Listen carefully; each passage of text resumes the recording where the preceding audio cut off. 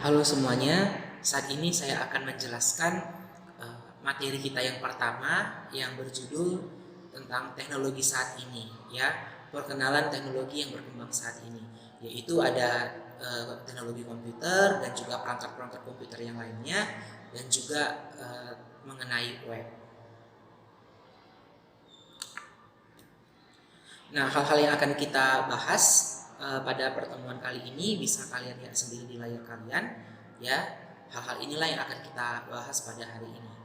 Yang pertama kita akan membahas mengenai today's technology atau teknologi yang berkembang saat ini. Ya, jadi teknologi itu berkembang dengan sangat pesat, ya, sangat-sangat cepat. Ya, salah satu contohnya aja seperti misalnya teknologi smartphone, ya, dimana minimal setiap tahun pasti ada aja smartphone yang baru keluar seperti itu. Nah, pertanyaannya adalah apakah kita harus punya device-device yang baru tersebut? Nah, jika ada perkembangan yang terbaru, apakah kita harus punya? Kita harus bisa menggunakannya seperti itu? Ya, tentu saja tidak, ya. Nah, tapi yang harus itu adalah kita harus mengetahui atau kita memiliki pengetahuan tentang teknologi yang berkembang saat ini seperti itu. Dan itu bisa kita peroleh dari yang namanya literasi digital, ya. Jadi melalui literasi digital yang bisa kita dapatkan baik itu dari internet, dari buku ataupun dari mengikuti seminar dan lain-lainnya. Nah, kita bisa mengerti tentang perkembangan komputer saat ini ataupun mobile device atau juga internet, ya, dan juga teknologi-teknologi yang lainnya. Yang pertama kita akan membahas mengenai yang namanya si komputer, ya, device yang akan terus-menerus kita gaungkan selama kita mempelajari mata kuliah teknologi informasi dan komunikasi. Nah, si komputer ini apakah pengertian dari komputer? Nah, di sini sudah dijelaskan komputer itu adalah perangkat elektronik, ya, artinya dia harus terhubung sama listrik karena elektron itu artinya listrik seperti itu. Jadi perangkat yang hanya bisa beroperasi dengan menggunakan listrik, ya, dan juga cara penggunaannya itu dia mengandalkan instruksi-instruksi yang disimpan di dalam memorinya. Jadi sebuah komputer itu harus punya yang namanya memori. Nah, kemudian si komputer ini juga harus bisa menerima data sebagai inputannya dan juga bisa memproses data tersebut, ya, dengan tahapan-tahapan tertentu seperti itu. Nah, kemudian data yang diproses itu nantilah yang akan menghasilkan yang namanya informasi yang bisa kita gunakan di waktu depan seperti itu. Dan yang paling sering dan juga yang pasti sudah kalian tahu contoh si komputer ini adalah personal komputer, ya.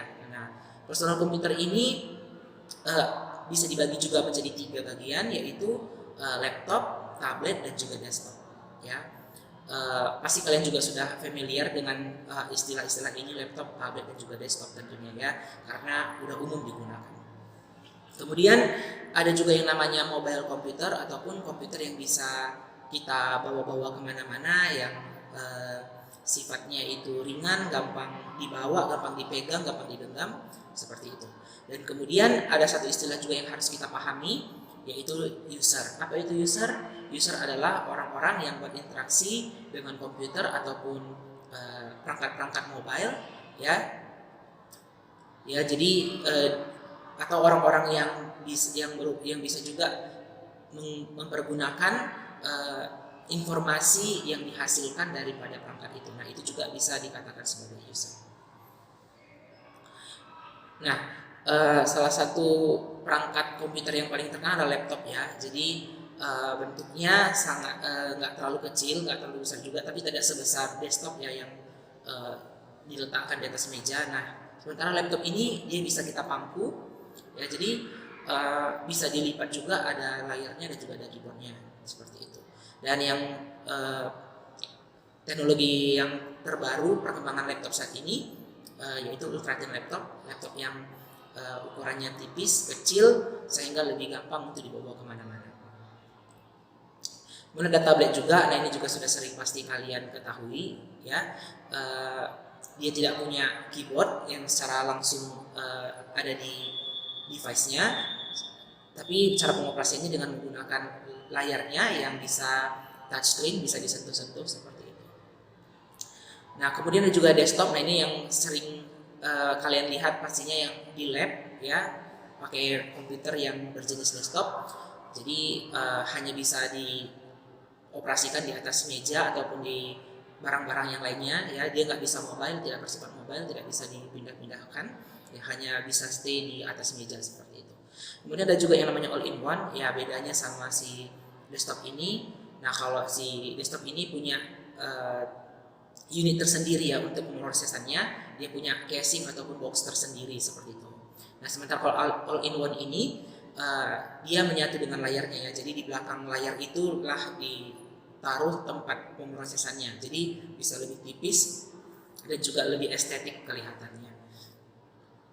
Kemudian juga yang namanya server. Nah, server ini adalah komputer yang didedikasikan atau dikhususkan memang untuk memberikan pelayanan ataupun servis kepada komputer-komputer yang lainnya ataupun juga device-device yang lainnya yang terhubung di dalam satu jaringan seperti itu. Nah, jaringan ini artinya adalah kumpulan daripada komputer-komputer dan juga device-device yang saling terkoneksi ya, bisa melalui kabel atau istilahnya wired, dan juga bisa tanpa kabel atau wireless. Nah, server ini bisa melayani apa aja. Nah, contohnya seperti menyimpan konten dan juga mengontrol akses ke hardware, software ataupun sumber-sumber lainnya yang ada di dalam satu jaringan tersebut. Nah, kemudian kita akan membahas tentang mobile and game device.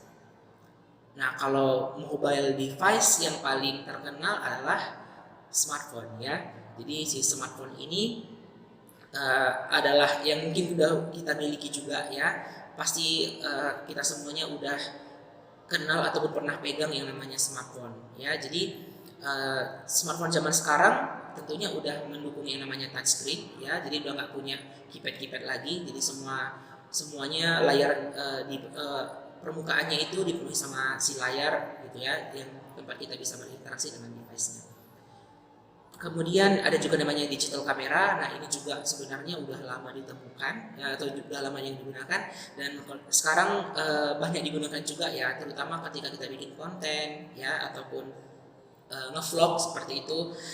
Nah, ini biasanya menggunakan digital kamera. Nah, perkembangannya saat ini bukan hanya bisa memoto saja gitu atau mengcapture gambar, tapi juga sudah ada yang bisa terhubung dengan yang namanya GPS ya. Jadi ketika kita mengambil gambar, nah kita juga bisa tahu lokasi gambar yang kita ambil.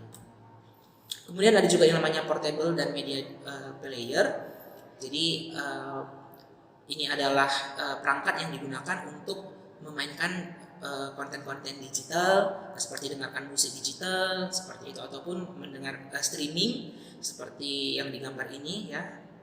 Perangkat media playernya itu adalah yang ini, box TV-nya ini. Kalau di sini mereknya Apple TV ya, bisa dilihat sama-sama. Nah, ini gunanya untuk bisa memainkan konten-konten digital ataupun seperti kayak streaming yang seperti tadi saya sudah sebutkan. Kemudian juga namanya e-book reader. Nah, ini bedanya dengan tablet apa? Nah, kalau e-book reader ini dia biasanya layarnya itu hitam putih ya, beda dengan tablet yang bisa menampilkan warna-warni seperti itu. Nah, ini biasanya dia digunakan khusus memang untuk membaca. Kemudian juga namanya wearable device ya, jadi device yang bisa kita pergunakan langsung ke tubuh kita. Nah, contohnya seperti ini ya, smart band kalau ini namanya. Ada juga smartwatch. Apa bedanya smart band dan juga smartwatch? Kalau smartwatch itu biasanya fasilitas ataupun fitur-fitur yang ditawarkan lebih komplit seperti itu. Seperti contohnya kita bisa mengangkat telepon ya, langsung bertelepon dengan menggunakan smartwatch kita yang terkoneksi sama handphone kita ataupun smartphone kita. Nah, kalau wearable device yang contohnya kayak smart band yang seperti yang ada warna merah ini, gambarnya warna merah, nah itu juga bisa disebut sebagai activity tracker. Jadi memang dia hanya dikhususkan untuk mengetrack ataupun merekam kegiatan-kegiatan kita, seperti contohnya berapa langkah sudah berjalan dalam satu hari ini, ataupun memonitor detak jantung kita gitu dan sebagainya. Kemudian juga yang namanya game device ya. Nah ini pasti sudah sering kalian tahu, apalagi yang suka main game ya pasti sudah tahu lah gitu ya. Nah ini ada namanya game konsol ya, kayak contohnya itu kayak PS5 seperti itu, atau yang mobile seperti ini yang bisa dipegang seperti contohnya PSP ya di gambar yang ada di sini. Nah kita akan membahas juga mengenai data dan informasi. Bagaimana perkembangannya saat ini? Mari kita lihat. Ya, jadi ada banyak perangkat ya yang digunakan untuk bisa menginputkan data ke dalam perangkat komputer kita. Ya, contoh-contoh perangkat keras yang di sini dicontohkan yaitu adalah keyboard ya. Nah, keyboard berarti kita ingin menginputkan data, teks ataupun angka seperti itu. Nah kemudian ada juga namanya pointing device ya. Ini untuk menentukan posisi di layar komputer kita ataupun untuk menentukan pointer daripada mouse seperti itu. Nah kita menggunakan perangkat yang namanya mouse dan juga touchpad ya. Kemudian ada juga untuk kalau kita mau menginputkan dalam bentuk suara, nah kita menggunakan yang namanya mikrofon, dan juga kalau mau menginputkan video kita menggunakan yang namanya webcam. Ya, jadi di sini ada contoh bagaimana proses data itu bisa berubah menjadi yang namanya informasi. Nah, di gambar ini kalian bisa lihat bagaimana proses penginputan data. Nah, di sini dia menggunakan touchscreen ya sebagai penginputan datanya. Kemudian diproses oleh si CPU. Nah, baru si CPU ini atau si komputer ini akan menghasilkan informasi. Nah kalau keyboard pasti sudah tahu ya yang namanya keyboard. Di handphone kita juga ada namanya keyboard ya seperti di gambar ini ya. Di handphone yang zaman dahulu yang masih BlackBerry juga ada keyboardnya, di laptop nah itu juga ada. Kemudian ada namanya pointing device. Nah seperti tadi yang saya sudah jelaskan mengenai mouse ya yang menentukan posisi di areal layar kita. Nah, di sini ada contoh-contoh bagaimana pengoperasian daripada si mouse ya, bisa klik kanan ataupun double klik dan juga drag. Nah, kalian bisa lihat di sini bagaimana apa hal yang bisa kita lakukan dengan pengoperasian mouse-nya. Nah, seperti tadi saya juga jelaskan mengenai voice and video input, kita bisa pergunakan yang namanya mikrofon ya. Lalu ada juga yang namanya scanner. Nah, scanner ini dia menggunakan cahaya ya untuk sebagai indera ataupun sebagai sensornya. Jadi contohnya ada teks yang sudah di print dan kita mau kembali mendigitalkan file tersebut. Nah, kita bisa menggunakan si scanner ini. Ya, jadi dia mengkonversi teks yang sudah di print menjadi dalam bentuk gambar. Nah, yang bisa kita simpan di dalam storage ataupun di memori kita.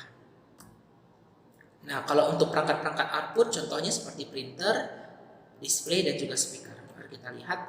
Nah, kalau si printer ini dia digunakan untuk mencetak hasil yang informasi yang udah kita buat gitu dalam komputer. Nah, kita mau cetak, nah kita menggunakan si printer.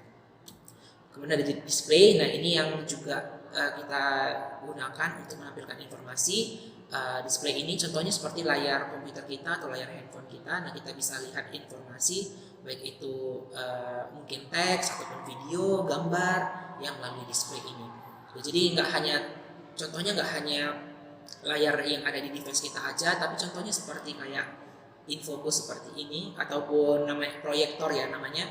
Nah, ini juga adalah salah satu contoh perangkat display. Nah ini contoh-contoh yang tadi display yang sudah saya jelaskan ya.